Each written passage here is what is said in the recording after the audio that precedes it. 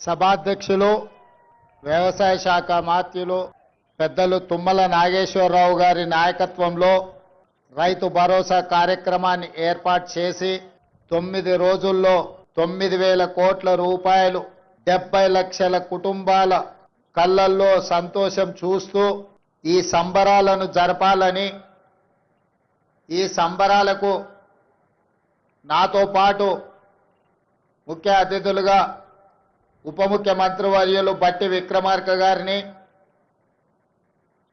సహచరులు మిత్రులు మంత్రివర్యులు దుద్దిల్ల శ్రీధర్ బాబు గారిని, అదేవిధంగా మా సోదరిమణి ధనసరి అనసూయ సీతక్క గారిని, రెవెన్యూ మంత్రి పొంగులేటి శ్రీనివాసరెడ్డి గారిని, మంత్రివర్యులు మిత్రులు జూపల్లి కృష్ణారావు గారిని, అదేవిధంగా మంత్రివర్యులు మిత్రులు వాకిటి శ్రీహరి గారిని, ఇతర మా పిసిసి అధ్యక్షులు శాసనమండలి సభ్యులు మహేష్ కుమార్ గౌడ్ గారిని, పార్లమెంట్ సభ్యులను, శాసనమండలి సభ్యులను, శాసన సభ్యులను, వ్యవసాయ శాఖ కమిషన్ చైర్పర్సన్, అదేవిధంగా అందులో సభ్యులను, వివిధ కార్పొరేషన్ల చైర్మన్లను,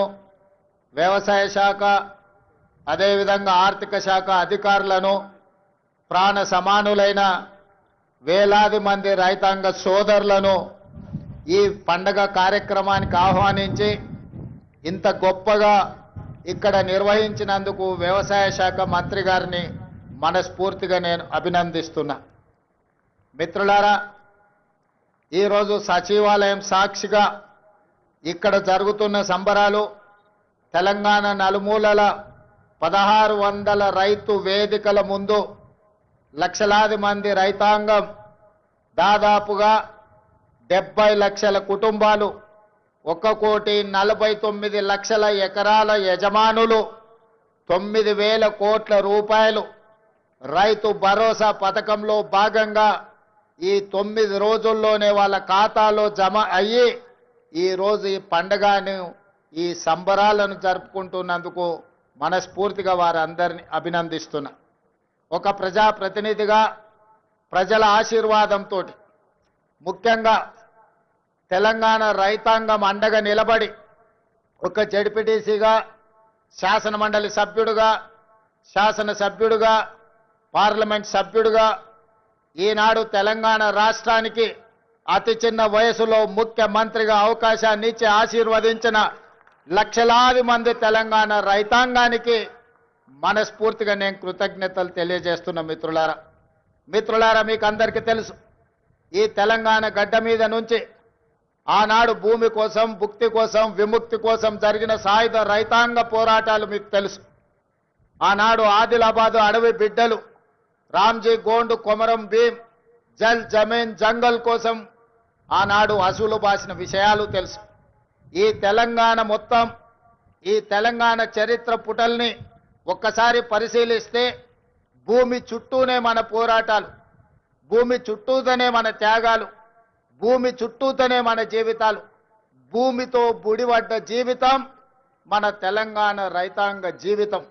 ఇవాళ మన సొంత కుటుంబ సభ్యులను ఎంత ప్రేమగా చూసుకుంటామో, ఉన్న ఊరిని, సొంత భూమిని అంతే ఆప్యాయంతో, ప్రేమతో చూసుకొని ఈరోజు వ్యవసాయం దండుగా అనే పరిస్థితుల నుంచి వ్యవసాయాన్ని పండుగ చెయ్యాలి అని చెప్పి శ్రీమతి సోనియా గాంధీ గారి నేతృత్వంలో ఏర్పడ్డ ఆనాటి వైఎస్ఆర్ ప్రభుత్వం 2004 నాడు డాక్టర్ వైఎస్ రాజశేఖర రెడ్డి నాయకత్వంలో ఏర్పడ్డ ప్రభుత్వం ఎల్బీ స్టేడియం సాక్షిగా రైతులకు ఉచిత కరెంటును ఇవ్వడమే కాదు, 100 కోట్ల రూపాయల రైతులకు కరెంటు బిల్లులను మాఫీ చేసి ఆనాడు రైతాంగాన్ని ఆదుకున్న మొదటి సంతకం ఎల్బీ స్టేడియం సాక్షిగా డాక్టర్ వైఎస్ రాజశేఖర రెడ్డి గారు పెట్టిండ్రు.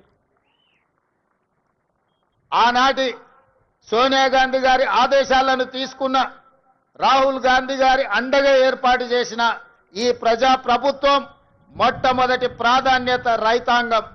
మేం ప్రధానంగా ఈ ప్రజా ప్రభుత్వంలో మా మొదటి ప్రాధాన్యత రైతులు, ఆ తర్వాత మా ఆడబిడ్డలు, ఆ తర్వాత మా తెలంగాణ ఉద్యమకారులు, విద్యార్థులు. ఈరోజు తెలంగాణ రాష్ట్రంలో రైతుల గురించి చర్చించుకుంటే ఈరోజు రైతు భరోసా అన్నాడు చంద్రశేఖరరావు గారు ఎగబెట్టిపోతే ప్రభుత్వం ఏర్పడిన మొదటి 3 నెలల్లోనే 7,625 కోట్ల రూపాయలను వారు ఎగవేసిన రైతు భరోసా నిధులను మన ప్రభుత్వం, మన ఆర్థిక మంత్రి బట్టి విక్రమార్క గారు మొట్టమొదటి విడతలో రైతు భరోసా నిధులను వేయడం జరిగింది. ఇదే కాదు, ఎన్నికలప్పుడు ప్రజలకు మాట ఇచ్చినాం. కాంగ్రెస్ పార్టీ అధికారంలోకి వచ్చిన వెంబడే అప్పుల్లో కూరుకుపోయిన ఈ రైతుల ఆత్మగౌరవం నిలబెట్టాలి అనంటే రైతులకు రుణమాఫీ చెయ్యాలి. ఆ రైతులకు 2 లక్షల రూపాయల వరకు రుణమాఫీ చేస్తామని ఎన్నికల సందర్భంగా మాట ఇచ్చినాం. పార్లమెంట్ ఎన్నికల సందర్భంలో రైతాంగానికి వివరించినాం.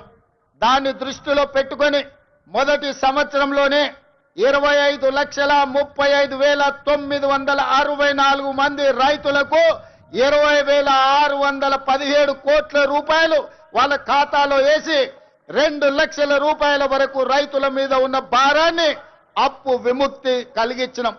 15 ఆగస్టు నాడు ఏ విధంగా అయితే దేశానికి స్వతంత్రం వచ్చిందో అదే 15 ఆగస్టు 2024 నాడు ఈ రైతులకు రుణం నుంచి విముక్తి కలిగించి రుణభారంని తొలగించిన ప్రభుత్వం ఈ ప్రజా ప్రభుత్వం. అదే కాదు మిత్రులారా, ఇవాళ ఆలోచన చేయండి. ఆనాడు తెలంగాణ రాష్ట్రంలో ఆనాటి ముఖ్యమంత్రి ఒక మాట అన్నాడు, శాసనసభ సాక్షిగా మాట్లాడిండు. మీరు ఒరేసుకుంటే ఉరి వేసుకున్నట్టే ఈ ప్రభుత్వం వ్యాపారం చేయదు, రైతులు పండించిన వడ్లను మేము కొనము, ఇది మా బాధ్యత కాదు అని ఆనాటి ముఖ్యమంత్రి చెప్పిండు. మరి ఆనాటి ముఖ్యమంత్రి ఆ విధంగా మాట్లాడితే మన ప్రజాప్రభుత్వం అధికారంలోకి వచ్చిన వెంబడే రైతాంగానికి ఒక మాట చెప్పినాం, మీరు వరి పండించండి, చివరి గింజ వరకు కొంటాం, కొనడమే కాదు కనీసం మద్దతు ధర ఇవ్వడమే కాదు, సన్న వడ్లు పండించండి, 500 రూపాయల బోనస్ ఇచ్చి మీరు పండించిన పంటను మేము కొంటామని తెలంగాణ రైతాంగానికి మాట ఇచ్చినాం. మా మాట నమ్మి, మా మీద విశ్వాసం ఉంచి, మా మీద పూర్తి నమ్మకంతో పోయిన సంవత్సరం ఈ దేశంలోనే వరి పండించడంలో మొట్టమొదటి స్థానాన్ని తెలంగాణ రాష్ట్రం సాధించింది. 2,80,00,000 మెట్రిక్ టన్నుల వడ్లను ఉత్పత్తి చేసి దేశంలోనే మొదటి స్థానంలో నిలబడ్డ తెలంగాణ రాష్ట్రం సన్న వడ్లకు 500 రూపాయల బోనస్ ఇవ్వడమే కాదు, మీరు పండించిన పంట వడ్లకు 48 గంటల్లోనే మీ ఖాతాలో నగదు బదిలీ చేసినాం. ఆనాడు తాలు పేరు మీద, ఆనాడు తడి పేరు మీద, తుట్టి పేరు మీద క్వింటాల్కు 10 కిలోలు దళారులు దోసుకుంటుంటే మనం ప్రభుత్వంలోకి వచ్చిన తర్వాత ఈ దళారులను, ఈ మిల్లర్లను ఎవరైతే మోసం చేస్తుండ్రో మీ తోలు తీస్తాం, 1 కిలో కూడా తక్కువ తూకం చేసినా మీ తోలు ఒలుస్తామని చెప్పి తాలు పేరు మీద, తడి పేరు మీద జరుగుతున్న దోపిడీని నిలువరించి రైతులను ఆదుకున్న చరిత్ర ఈ రోజు మన ప్రభుత్వాన్ని అని చెప్పి నేను ఈ సందర్భంగా చెప్పదలుచుకున్న మిత్రులారా, ఇవాళ దేశంలో తలెత్తుకొని గర్వంగా నిలబడి ఈ దేశంలోనే అత్యధికంగా వరి ధాన్యాన్ని ఉత్పత్తి చేసే రాష్ట్రం మాది. మా దగ్గర గిట్టుబాటు ధరనే కాదు 500 రూపాయల బోనస్ ఇస్తున్నామని చెప్పి గర్వంగా చెప్పుకునే రాష్ట్రం ఏదైనా దేశంలో ఉంది అంటే అది తెలంగాణ రాష్ట్రం అన్న సంగతి నేను గుర్తు చేయదలుచుకున్న మిత్రులారా. ఇవాళ మీరు ఆలోచన చేయండి. చాలా మంది అన్నారు, వాళ్ళకి తెలుసు వాళ్ళు ఏ విధంగా రాష్ట్రాన్ని దివాలా తీపిచ్చిండ్రు. ఒక క్యాన్సర్ పేషెంట్ చూడడానికి బాగా కనిపించిన కిడ్నీలు దెబ్బతిని, గుండె దెబ్బతిని, రక్తము సరైన బీపీ షుగర్లు అన్ని క్యాన్సర్ ఉండి చనిపోయే ముందు ఏ విధంగా ఉంటాడో రాష్ట్ర ఆర్థిక వ్యవస్థను చంద్రశేఖరరావు గారు క్యాన్సర్ బారిన పడేసినట్టు పడేసి 8,29,000 కోట్ల రూపాయలతో మాకు అప్పచెప్పిండు మిత్రులారా. ఆనాడు ధనిక రాష్ట్రం 16,000 కోట్ల రూపాయల మిగులు బడ్జెట్తో అప్పచెప్తే 10 ఏళ్లలో 8 లక్షల కోట్ల రూపాయలు అప్పు చేశాడు. ఇవాళ వాళ్ళు గొప్పలు చెప్తున్నారు. ఆయన శనిమామ, శకుని మామ, అల్లుడేమో శనీశ్వర అల్లుడు ఇవాళ మాట్లాడుతున్నాడు. శకుని మామకు తగ్గట్టు శనీశ్వరపు అల్లుడు జమైండు. ఇవాళ మీరేం చేసిండ్రయ్యా రైతులకు అంటున్నాడు. ఆనాడు రైతు భరోసా ఇవ్వాలంటే కోకపేటలో భూములు అమ్మిండు, రైతు రుణమాఫీ చేయాలంటే ఔటర్ రింగ్ రోడ్డును తెగనమ్మిండు. రైతుల పేర్ల మీద అప్పులు చేసిండు, రైతుల పేరు మీద దోపిడీ చేసిండు, రైతులకు నీళ్లు ఇస్తున్నాని కాళేశ్వరం పేరు మీద 1,00,000 కోట్ల రూపాయలు కొల్లగొట్టిండు. ఇవాళ రైతుల ముసుగులో రైతు సెంటిమెంట్ను అడ్డం పెట్టుకొని ఆనాడు భూములు అమ్ముకోవడమే కాదు, ఔటర్ రింగ్ రోడ్డును తాకట్టు పెట్టడమే కాదు, 1,00,000 కోట్ల రూపాయలు కాళేశ్వరంలో కట్టడం కూలడం జరిగింది. ఇవాళ రైతు సెంటిమెంటును వాళ్ళ ఆదాయ వనరుగా మార్చుకున్నారు. ఇవాళ 1,000 కోట్ల రూపాయలు సంపాదించుకున్నారు. నేను ఈ వేదిక మీద నుంచి అడగదలుచుకున్నా, తెలంగాణ రాష్ట్రం రాకంటే ముందు మీ ఆర్థిక పరిస్థితి ఏంది?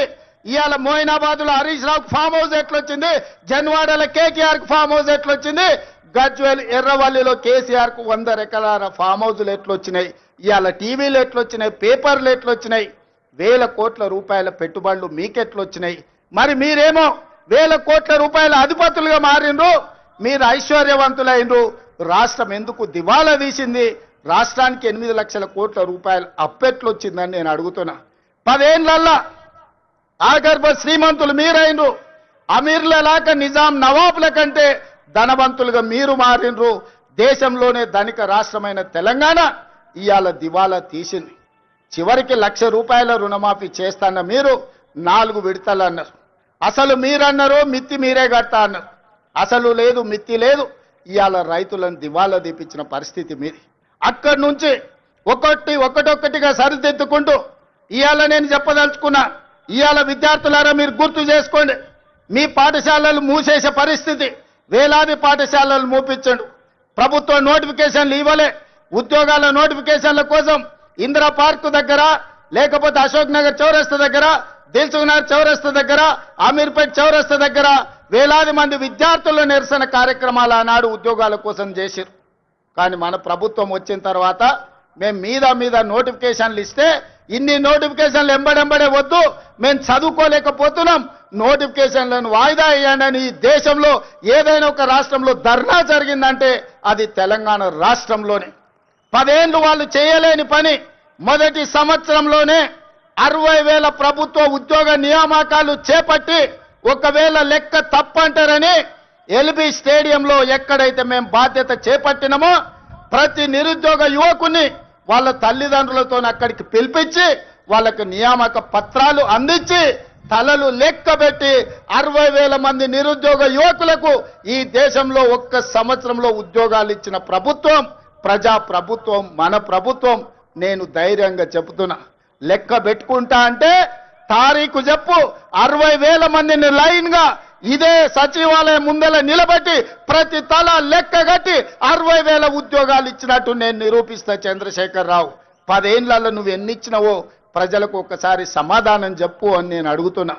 అదేవిధంగా ఇవాళ రైతులకు సంబంధించి రైతు రుణమాఫీ కావచ్చు, రైతు భరోసా కావచ్చు, రైతు గిట్టుబాటు ధర కావచ్చు, రైతులకు 500 రూపాయల బోనస్ కావచ్చు, రైతులకు ఉచిత కరెంటు కావచ్చు, రైతులకు స్ప్రింక్లర్స్ కావచ్చు, రైతులకు డ్రిప్ కావచ్చు, గిరిజన రైతాంగానికి సోలార్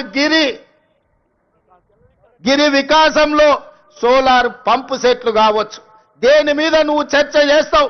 వీటన్నిటిని కలిపి ఈరోజు సివిల్ సప్లైస్ కార్పొరేషన్ నుంచి రైతులు పండించిన పంటను కొనుగోలు విషయంలో కావచ్చు 18 నెలల్లో 1,04,000 కోట్ల రూపాయలు కేవలం రైతుల మీదనే ఖర్చు పెట్టిన రైతు ప్రభుత్వం, రైతు రాజ్యం, రైతును రాజును చేసిన రాజ్యం మాది, వ్యవసాయాన్ని పండుగ చేసిన ప్రజా పాలన మాది. చర్చ చేయడానికి నువ్వు సిద్ధంగా ఉన్నవా చంద్రశేఖరరావు గారు అని నేను అడుగుతున్న ఈ వేదిక మీద నుంచి. మీరు కాళేశ్వరం ముసుగులో 1,00,000 కోట్ల రూపాయలు మీరు కొల్లగొడితే 18 నెలల్లో 1,04,000 కోట్ల రూపాయలు రైతాంగానికి అందించి రైతులను ఆదుకున్న చరిత్ర మాది. వ్యవసాయం అంటే 10 మందికి సాయం, రైతును రాజును చేయాలి, వ్యవసాయాన్ని పండుగ చేయాలన్న ఒక ఉక్కు సంకల్పంతో ఎన్ని కష్టాలు వచ్చినా ఎంతమంది తిట్టినా తిట్లన్నిటిని ఓర్చుకొని ఇవాళ ఈ ప్రజా ప్రభుత్వాన్ని ముందుకు తీసుకెళ్తున్న మిత్రులారా, ఇవాళ మహిళల విషయంలో మీరు చూడండి, ఆర్టీసీలో ఉచిత ప్రయాణం కావచ్చు, ఆడబిడ్డలకు పెట్రోల్ బంకుల నిర్వహణ కావచ్చు, ఆడబిడ్డలకు సోలార్ బిజినెస్ కావచ్చు, అదానీ అంబానీలతో పోటీ పడే విధంగా ఇవాళ 1000 మెగావాట్ల సోలారు విద్యుత్ ఉత్పత్తి సామర్థ్యాన్ని విద్యుత్ శాఖతో ఒప్పందం చేపించి 1 కోటి మంది మహిళల్ని కోటీశ్వరులను చెయ్యాలని ఉక్కు సంకల్పంతో ఇవాళ మేము ముందుకు వెళ్తున్నాం. ఇవాళ ఆడబిడ్డలకు ఒక్క సంవత్సరంలో 21,000 కోట్ల రూపాయలు జీరో వడ్డీతో ఇవాళ ఆడబిడ్డలను ఆదుకున్నాం. అదే కాదు, హైటెక్ సిటీ పక్కన విప్రో ఇన్ఫోసిస్ కార్పొరేట్ కంపెనీల పక్కన 4 ఎకరాలు శిల్పారామం పక్కన ఇచ్చి 150 షాపులు సెల్ఫ్ హెల్ప్ గ్రూపులు ఉత్పత్తి వస్తువులను అమ్ముకోవడానికి ఇవాళ వాళ్ళకి అక్కడ స్థలాన్ని కేటాయించినాం. ఇవాళ ఆడబిడ్డలు ఆర్టీసీలో ఉచిత బస్సు ప్రయాణం కాదు, 1000 బస్సులను కొని ఆర్టీసీకి కిరాయికి పెట్టుకునే ఆర్థిక స్తోమత ఇవాళ ఆడబిడ్డలకు అందించినాం. ఇవాళ ఐకేపీ కేంద్రాలు 8,000 ఐకేపీ కేంద్రాలు ఇవాళ ఆడబిడ్డల చేతుల్లో పెట్టినాం.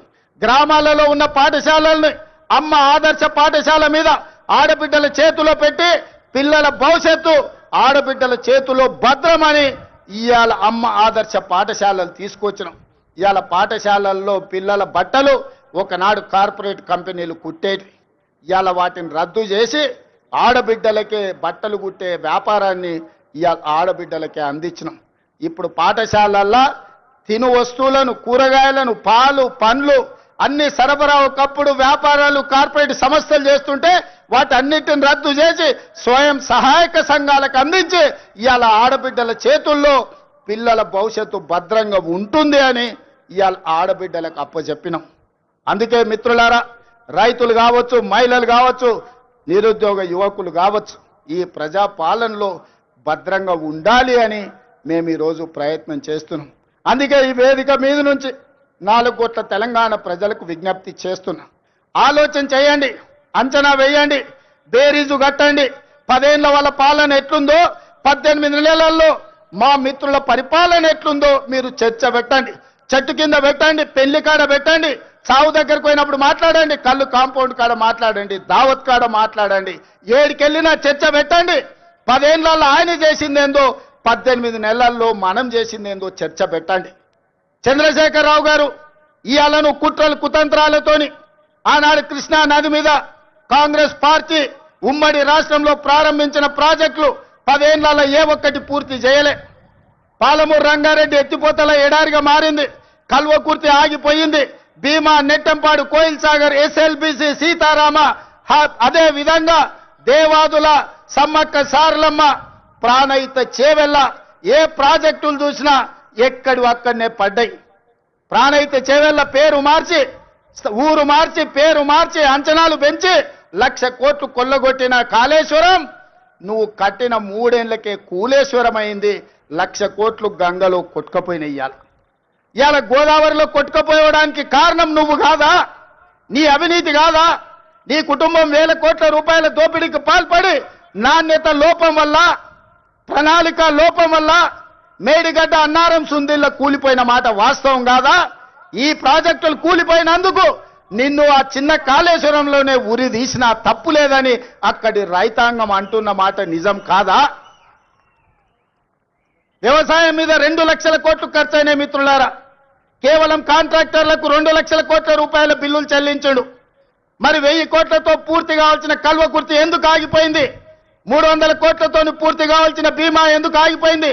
200 కోట్ల రూపాయలతో పూర్తి చేయాల్సిన నెట్టంపాడు ఎందుకు పూర్తి కాలే? ఇవాళ 6-7 వేల కోట్ల రూపాయలతో పూర్తి చేయాల్సిన సీతారామ ప్రాజెక్టు ఎందుకు ఆగిపోయింది? ఇవాళ ప్రతి ప్రాజెక్టు దేవాదుల 12,000 కోట్ల రూపాయలు ఖర్చయినాయి. ఇంకొక 3-4 వేల కోట్ల రూపాయలు ఖర్చు పెడితే ఇవాళ దాదాపుగా 4 లక్షల ఎకరాలకు నీళ్లు వస్తాయి. ఎందుకు పూర్తి చేయలేదని నేను అడుగుతున్నా. ఉమ్మడి రాష్ట్రంలో సమైక్య పాలనలో సీమాంధ్ర పాలకులు ఆనాడు తెలంగాణ సాగునీటి ప్రాజెక్టుల మీద నిర్లక్ష్యం వహించారు, తెలంగాణను ఎడారిగా మార్చిందని చెప్పిన నువ్వు 10 ఏళ్లలో ఏ ఒక్క ప్రాజెక్ట్ అయినా పూర్తి చేసినవా? ప్రాణహిత చేవెళ్ళ గాని, పాలమూరు రంగారెడ్డి ఎత్తిపోతలు గాని, కల్వకుర్తి గాని, భీమా గాని, నెట్టంపాడు గాని, కోయిల్ సాగర్ గాని, ఎస్ఎల్బిసి గాని, సీతారామ గాని, రాజీవ్ సాగర్ గాని, ఇందిరా సాగర్ గాని ఏ ఒక్క ప్రాజెక్టు 2 లక్షల కోట్ల రూపాయలు ఖర్చైనా అన్ని ఈ రోజు ఆగిపోయి ఉన్నాయి అనంటే ఈ దుర్మార్గానికి నువ్వు, నీ కుటుంబం అవినీతి కాదా అని ఈ రోజు నేను అడుగుతున్న మిత్రులారా. ఇన్ని దుర్మార్గాలు చేసి, ఇంత దోపిడీకి పాల్పడి, 1,00,000 కోట్లు కొల్లగొట్టి, 1,000 ఎకరాల భూములను ఆక్రమించి ఇవాళ గోదావరి బంకంచర్ల రేవంత్ రెడ్డి వచ్చి మొదలుపెట్టి చంద్రబాబు నాయుడుకు నీళ్లు ఇస్తున్నాడని దుర్మార్గమైన మాటలు మాట్లాడుతున్నాడు. చంద్రబాబు నాయుడుతోనే ఉండాలంటే, చంద్రబాబు నాయుడుతోనే అంటగాగాలంటే అక్కడనే ఉండేటోని కదా. ఈ రాజీవ్ గాంధీ ఆశీర్వాదం తీసుకొని ఇక్కడెందుకు ఉండేటోని చంద్రశేఖర్ రావు? ఆనాడు సోనియమ్మ నమ్మించి కాళ్ళకు దండం పెట్టి కడుపులో తలకాయ పెట్టి నీతో చేరతాని అబద్ధాలు చెప్పి నట్టేట్లో ముంచి నడి బజార్లో మోసం చేసిన చరిత్ర నీదైతే తెలంగాణ ఇచ్చిన సోనియమ్మకు అండగా నిలబడాలి. ఆమె బిడ్డగా ఈ తెలంగాణలో ప్రజా ప్రభుత్వాన్ని తేవాలి అని చంద్రబాబు నాయుడును కాదనుకొని ఇవాళ కాంగ్రెస్ పార్టీలో చేరి ప్రజా ప్రభుత్వం రావడానికి మీ అందరితో కలిసి కదం కదం కలిపిన మిత్రులారా, ఇవాళ నేను అడుగుతున్న సూటిగా చంద్రశేఖర్ రావును, నిజంగా నీకు ధైర్యం ఉంటే, నీలో నీతి నిజాయితీ ఉంటే, చిత్తశుద్ధి ఉంటే గోదావరి బంకంచర్ల గోదావరి నది జలాల మీద శాసనసభలో చర్చ పెడదాం. స్పీకర్ కు లేఖ రాయి నువ్వు చెప్పిన తారీఖు నాడు అసెంబ్లీ పెట్టించే బాధ్యత మా శ్రీధర్ బాబు గారు తీసుకుంటారు. నువ్వు నేను చర్చ చేద్దాం. గోదావరి జలాలలో తెలంగాణకు అన్యాయం చేసింది ఎవరు? ప్రాణహిత చేవళ్లను తరలించే 1,00,000 కోట్లు దోసుకున్నది ఎవడు? ఇవాళ గోదావరి బంకంచర్లలో 3,000 టీఎంసీ సముద్రంలో పోతున్నాయి. రాయలసీమకు తరలించమని చెప్పింది నువ్వు కాదా? 2016లో మొత్తం వివరాలతో నేను వస్తా, నువ్వు సిద్ధంగా ఉన్నవా? నువ్వు చెప్పినాకనే కదా ఉమాభారతి గారి ఆదేశాల మేరకు చంద్రబాబు నాయుడు గారు 2016లో ఆనాడు జీవో ఇచ్చిండు. గోదావరి నుంచి బంకంచర్లకు నీళ్లు తరలించడానికి, హంద్రీ నీవాకు 400 టీఎంసీలు తరలించడానికి 2016లోనే జీవో ఇచ్చిన మాట వాస్తవం కాదా? 2018లో వ్యాప్కోస్ను నియమించింది నిజం కాదా? వ్యాప్కో సంస్థ 400 టీఎంసీలు గోదావరి జలాలను హంద్రీ నీవాకు బంకచర్ల ద్వారా తరలించడానికి ప్రాజెక్టు రిపోర్ట్ ఇచ్చిన మాట వాస్తవం కాదా? ఇవన్నీ నీ నాయకత్వంలో నువ్వు ఇచ్చిన బోడి ఉచిత సలహాలతోటి ఈరోజు గోదావరిలో 3,000 టీఎంసీలు నీళ్లు సముద్రంలో పోతున్నాయని నీ దిక్కుమాలిన సూచనలతోనే ఈరోజు ఈ దరిద్రం దాపరించిన మాట నిజం కాదా? ఇవాళ నువ్వు చర్చకు సిద్ధంగా ఉన్నావా? గోదావరి జలాలను రాయలసీమకు తరలించకపోయినని రోజమ్మ పెట్టిన రాగి సంకటి రొయ్యల పులుసు తిని రాయలసీమను రతనాల సీమ చేస్తా అని చెప్పిన చవటవు నువ్వు కాదా అని నేను అడుగుతున్నా. నీకు జీవితం ఇచ్చి, నీకు బతకడానికి నీడనిచ్చి, నిన్ను ప్రజాప్రతినిధిగా చేసి తెలంగాణ ముఖ్యమంత్రిని చేసిన తెలంగాణని ఎడారిగా మార్చి వందలాది గోదావరి టీఎంసీల నీళ్లను రాయలసీమకు తరలించమని చెప్పింది నువ్వు కాదా? ఇవాళ నువ్వు సిద్ధంగా ఉన్నవా? నేను అడుగుతున్న చంద్రశేఖర్ రావు గారు, నీ వంది మాగదులతో మాట్లాడించడం కాదు, నీ శనీశ్వరుడైన అల్లుడితో మాట్లాడించడం కాదు. నేను సిద్ధంగా ఉన్నా. గోదావరి బంకంచర్ల ప్రాజెక్టు మీద నువ్వు చర్చకు రా. స్పీకర్ గారికి ప్రధాన ప్రతిపక్ష నాయకుడిగా లేఖ రాయి. శాసనసభ సమావేశాలు పెడతాం, ఎదురెదురుగా నిలబడతాం, మాట్లాడదాం. ఎవరు నిజాలు, ఎవరు జీవోలు ఇచ్చారు, ఎవరు తెలంగాణను దెబ్బతీసిండ్రో, ఎవరు నువ్వు తెలంగాణను దోక చేసిండ్రో, ఎవరు కాళేశ్వరం కడితే కూలేశ్వరమైందో చర్చ చేయడానికి నువ్వు సిద్ధంగా ఉన్నవా? ఒకరోజు గోదావరి మీద చర్చిద్దాం, రెండవ రోజు కృష్ణానది జలాల మీద చర్చిద్దాం. ఉమ్మడి రాష్ట్రానికి ఆనాడు బచావత్తు ట్రిబ్యునల్ 811 టీఎంసీలు ఏకంగా కేటాయిస్తే 811 టీఎంసీలలో తెలంగాణ రాష్ట్రం విడిపోయినప్పుడు నువ్వు పోయి చంద్రబాబు నాయుడు దగ్గర వంగి వంగి సంతకం పెట్టి 512 టీఎంసీలు ఆంధ్రప్రదేశ్ తీసుకోండి, 299 టీఎంసీలు నాకు సరిపోతాయని సంతకం పెట్టింది నువ్వు కాదా? ఇవాళ కాగితాలని శాసనసభ ముందు పెడతా, నువ్వు చర్చకు సిద్ధంగా ఉన్నవా? 10 ఏళ్లలో ఏ ఒక్కరోజు కూడా కాగితాలు రాసుకొని పంపకాలు చేసుకున్నా 299 టీఎంసీ నీళ్లు ఎన్నడూ వాడలే. 200 టీఎంసీలు కూడా నికరంగా ప్రతి సంవత్సరం వాడలే. కేటాయింపులు 68% పరివాహక ప్రాంతం తెలంగాణ ప్రాంతంలో ఉంది, ఓన్లీ 32% ఆంధ్రప్రదేశ్లో ఉంది. ఆ లెక్క ప్రకారం అంతర్జాతీయ జల విధానంలో 555 టీఎంసీలు తెలంగాణ రాష్ట్రానికి రావాలి. కానీ ఆంధ్రప్రదేశ్కి 512 టీఎంసీలు ఇచ్చి తెలంగాణకు కేవలం 299 టీఎంసీలు సంతకం పెట్టి శాశ్వతంగా తెలంగాణకు మరణ శాసనం రాసింది చంద్రశేఖర్ రావు కాదా? సంతకాలతో సహా, ఆధారాలతో సహా అసెంబ్లీకి వస్తా, చర్చించడానికి నువ్వు సిద్ధంగా ఉన్నవా అని నేను అడుగుతున్నా. ఆనాడు నువ్వు ముఖ్యమంత్రి ఉన్నప్పుడే రాయలసీమలో ముచ్చుమరి కట్టింది చంద్రబాబు నాయుడు, నిజం కాదా? ఆనాడు నువ్వు అధికారంలో ఉన్నప్పుడే జగన్మోహన్ రెడ్డి ఇదే ప్రగతి భవన్ లో రాయలసీమ లిఫ్ట్ ఇరిగేషన్ కు జీవోలు ఇచ్చి టెండర్లు పిలిచింది, నిజం కాదా? పోతిరెడ్డి పాడు పొక్కను పెద్దది చేసి రోజుకు 10 టీఎంసీల నీళ్లను తరలించకపోవడానికి సంతకాలు చేసి ప్రణాళికలు అమలు చేసింది నువ్వు ముఖ్యమంత్రిగా ఉన్నప్పుడు కాదా? ఆధారాలతో సహా నేను వస్తా, నువ్వు రా చర్చకు. కృష్ణా నది మీద మనకు నువ్వు రావాల్సిన నీళ్లను శాశ్వతంగా ఆంధ్రప్రదేశ్కు తాకట్టు పెట్టి తెలంగాణ రైతాంగం మీద మరణ శాసనం రాసింది నువ్వు కాదా? చేసిన తప్పులను కప్పుపుచ్చుకొని మొక్కం జల్లక ఫామ్ హౌస్లో పడుకొని ఇవాళ నీ అల్లుడిని ఊరి మీద వదిలేసి అచ్చోసిన ఆంబోతులాక నన్ను తిడుతున్నాడు. నేనేం చేసినా? నేను వచ్చినాక సీతారామక్క నీటికి 65 టీఎంసీల కేటాయింపులు తీసుకొచ్చిన. ఇవాళ సమ్మక్క సారలమ్మ ప్రాజెక్టు నీటి కేటాయింపుల కోసం మోడీతో కొట్లాడుతున్నా. నువ్వు వదిలేసిన తుమ్మిడి ఏటిని ఇవాళ ఎట్లయినా కట్టి ఆ తుమ్మిడి ఏటి ద్వారా శ్రీపాద ఎల్లంపల్లి శ్రీరామ్ సాగర్ కు నీళ్లు తెచ్చి ఈ రోజు ఉత్తర తెలంగాణను సస్యం సామలం చేయాలని నేను ప్రయత్నం చేస్తున్నా. నువ్వు ఆపేసిన పాలమూరు కావచ్చు, నువ్వు ఆపేసిన కల్వకుర్తి కావచ్చు, నువ్వు వదిలేసిన నెట్టంపాడు కావచ్చు, నువ్వు నిర్లక్ష్యం వహించిన బీమా ప్రాజెక్టులను పూర్తి చెయ్యాలని ఈ రోజు నేను నిరంతరం ప్రయత్నం చేస్తున్నా. నీ తప్పిదాలను కప్పిపుచ్చుకోవడానికి ఇప్పుడు చెప్పిండంట ఆయనకు, నీకిగా సంజీవిని గోదావరి జలాలే అని, సచ్చినోని బతికిచ్చేది గోదావరి జలాలే అని. అసెంబ్లీ అప్పుడు అధికారం పోయింది, పార్లమెంట్ అప్పుడు డిపాజిట్లు పోయినాయి, 0 వచ్చింది. శాసన మండలికి వచ్చే వరకల్లా పోటీ చేయడానికి అభ్యర్థులు దొరకలేదు. తెలంగాణలో పార్టీ చచ్చిపోయింది, సచ్చిన పాము. ఆ సచ్చిన పాము ఈరోజు గోదావరి జలాల సెంటిమెంటుతోని ఇవాళ మంటలు పెట్టి తెలంగాణలో పార్టీ మళ్ళీ బతుకుతుందట. ముందుగాల చూసిరానికి అల్లుని పంపించినాడు, ఎట్లున్నదో చూసిరాపో నేను మళ్ళీ వస్తా అని. ఎట్లకెళ్ళి వస్తావు? తెలంగాణ రైతాంగం అంతా ఎడ్డోళ్ళు అనుకుంటున్నావా, గుడ్డోళ్ళు అనుకుంటున్నావా చంద్రశేఖరరావు? అందుకే ఇవాళ తెలంగాణ రైతాంగం పక్షాన నేను ఈరోజు ఆనాటి ముఖ్యమంత్రికి ఈరోజు నేను సవాలు విసురుతున్నా. మీరు స్పీకర్ గారికి లేఖ రాయండి, శాసనసభ సమావేశాలను ఏర్పాటు చేద్దాం. గోదావరి జలాల మీద ఒకరోజు, కృష్ణానది జలాల మీద ఒకరోజు చర్చ పెడదాం. గోదావరి జలాలను తరలించకపోమ్మన్నది ఎవరు? రాయలసీమను రతనాల సీమ చేస్తానది ఎవరు? ఈ రోజు సంపూర్ణంగా చర్చలు చేద్దాం. నేను తప్పు చేసినట్టు ఒక్క కాగితం చూపించినా, నేను మా ఉత్తమ్ కుమార్ రెడ్డి గారు ఆంధ్రప్రదేశ్ ప్రణాళికలు రచించినప్పుడే కేంద్ర ప్రభుత్వానికి ఫిర్యాదు చేసినాం, కేంద్ర ప్రభుత్వానికి చెప్పొచ్చినాం గట్టిగా. మీరు వాళ్ళకు సహకరిస్తే సుప్రీంకోర్టులో కలుసుకుందాం, మీ సంగతి వాళ్ళ సంగతి అక్కడ తేలుస్తామని చెప్పొచ్చింది మేము. మా చిత్తశుద్ధిని నువ్వా ప్రశ్నించేది?